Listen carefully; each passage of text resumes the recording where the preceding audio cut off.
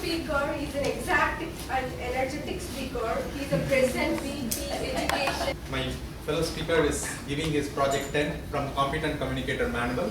His project objectives are to inspire the audience by appealing to noble motives and challenging the audience to achieve a high level of belief and achievement. Appeal to the audience needs and emotions using stories, anecdotes and quotes to add drama. Avoid using notes. Timer, the time duration is 8 to 10 minutes. Go to you. Daddy, I want to be a policeman. I want to get rid of all the crime in our city. Daddy, I want to be the next captain of the Indian cricket team. I want to lift the World Cup.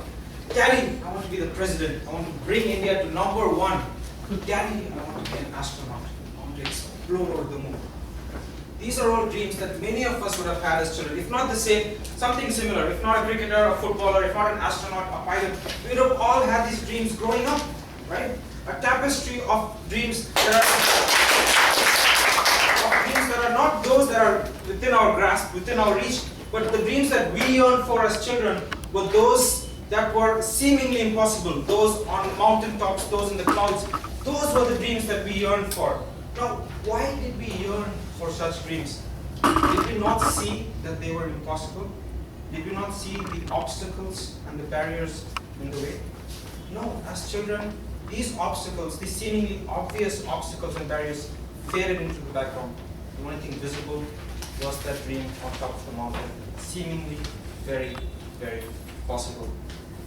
Distinguished Toastmasters of the day, fellow Toastmasters and guests. We would have all had these dreams, but how did we embark on these dreams? I'm sure all of you would have had some dream as a child that you would have yearned for, but unfortunately not been able to live up to. What did you do? I'm sure you set up, you made a step forward. I'm sure you did that. And just that first step, if you recollect, that was the most sweet.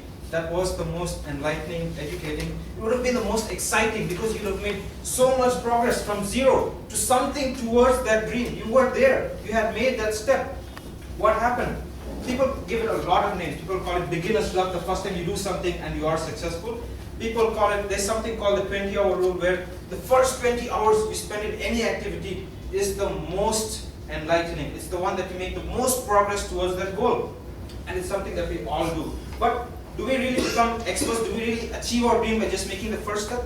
No. As D.T. and Sarathy said, a charcoal takes, is it 1,000,000 years? 1,000,000 with become a diamond. With just first steps, you don't go much into achieving your goal. They say that it takes a lot of effort, a lot of practice, a lot of doing the same thing over and over again. Some people say it takes 10,000 years to achieve your dream, to become a master, to become an expert at something. 10,000 years. Seems like a lot. Definitely not as much as 1,000,000 years the charcoal would take to become a diamond. Toastmasters, if I give you an activity, something as mundane as taking a cricket ball with your left hand, if that's not your primary hand, and throwing it down on a target, on a set of stumps. The first time you probably failed, but if you kept doing it again and again, your success rate would improve. But if I asked you to become a master, to become an expert at it, and do it for 10,000 hours, would you do it? 10,000 hours of your life? Probably not, if it's not your dream to become a Suresh Raina, an expert at fielding with your left hand and throwing down the stumps. But if you were wanting to be a Suresh Raina, you would do it without blinking an eyelid. 10,000 hours, nothing, it doesn't matter. I would spend 20,000, 30,000 just to knock down the stumps, just to have a chance of becoming a Suresh Raina. And that is what I did for my dream. No, I didn't want to be a Suresh Raina, I wanted to be a football player. Not the Messis or Ronaldos or the Kraman fellas, just a simple football player playing for a simple football team, anywhere, didn't matter where, just playing. That's all I wanted to be as a kid. And I would spend hours and hours practicing. I was not naturally talented at sports. I think it's pretty obvious. But I made up for that by spending hours and hours of practice. For me, it was fun, right? We used to play for an hour and everyone used to go home. I used to just be there with that empty wall that you see here, just practicing, kicking with my right leg. An hour, 2 hours, 3 hours. After everyone left, people thought I was mad. People thought something had gone wrong. What is this guy doing, talking to the wall and clapping the wall and it just return? But I found it very enlightening. I enjoyed those 3 hours because I knew I was making a small step, a very small step, but a step towards my dream. And through school, through the junior league, through college, I was part of all these teams. When I entered the corporate life, things changed. Not because I was working more, but because I had a chance to play football more, surprisingly. Our team at Cognizant had 2 sets of practice every day. 2 hours in the morning for those who come in the morning shift, 2 hours in the evening for those who come in the evening shift. I used to go for both practice sessions. Once my manager told me, you're missing 2 hours of work. I told him, I can compensate it for later, but I have to miss it. He asked me a very serious and straight question. What is important? More importantly, is it your career or is it football? I answered, football. Without batting an eyelid, without blinking, without thinking for a second, the answer came out. He was shell-shocked. But for me, that wasn't even a question. It seemed so obvious at the time. Looking back, I probably feel a bit stupid, but at that time it was so obvious. And after years and years of practice, I became somewhat good. Our team entered a national level competition and we reached semi-finals.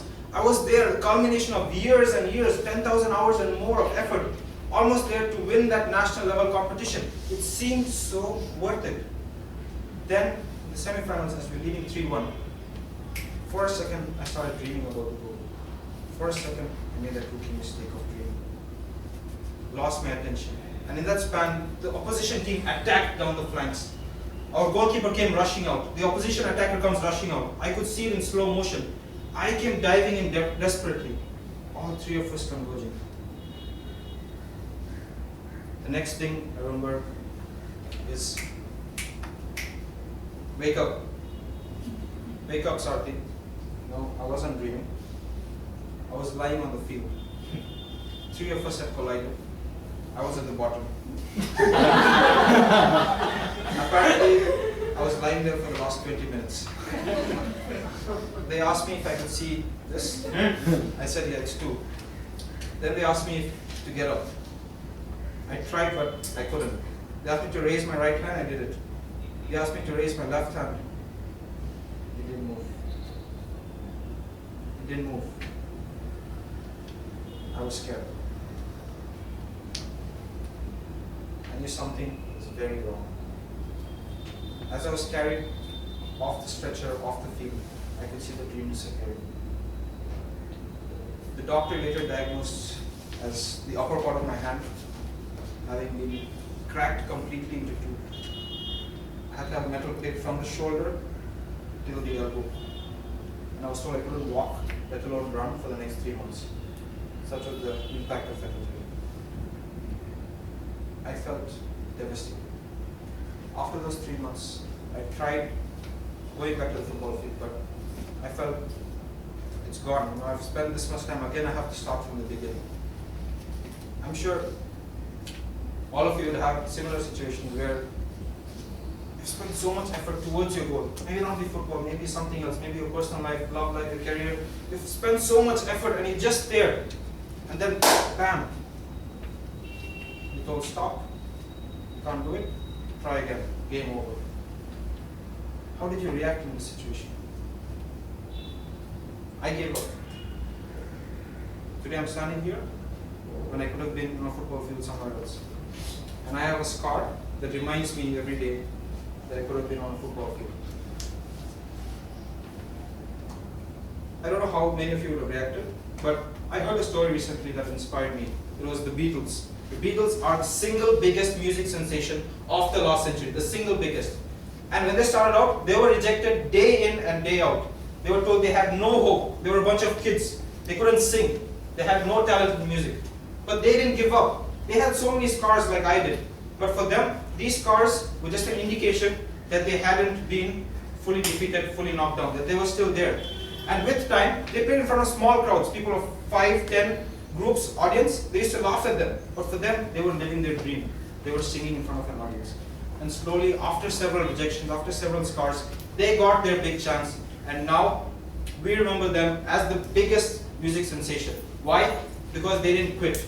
They had scars like I did, but if they didn't react in the way I did. If they did, we probably wouldn't know who the Beatles are. Now, my request to all of you, right, is to look at it this way. If you're a miner digging away and you don't get success, sometimes you turn back and say it's not worth it. But you'll always have that feeling, what if at the point I turned back, the goal was just around the corner, just one chisel, one hammer away. You'll always have that feeling. So don't look at your scars as signs that People are conspiring against you, that you've failed. Look at your scars as signs that people, the world, circumstances, gods even have tried and conspired against you. But they have failed. You are still alive. You are still kicking. The goal is very much there. Look at the scar not as a sign that you're scarred for life, but that you are scarred for success. You are alive. Look at that dream. Go forth and conquer that dream. Over to you.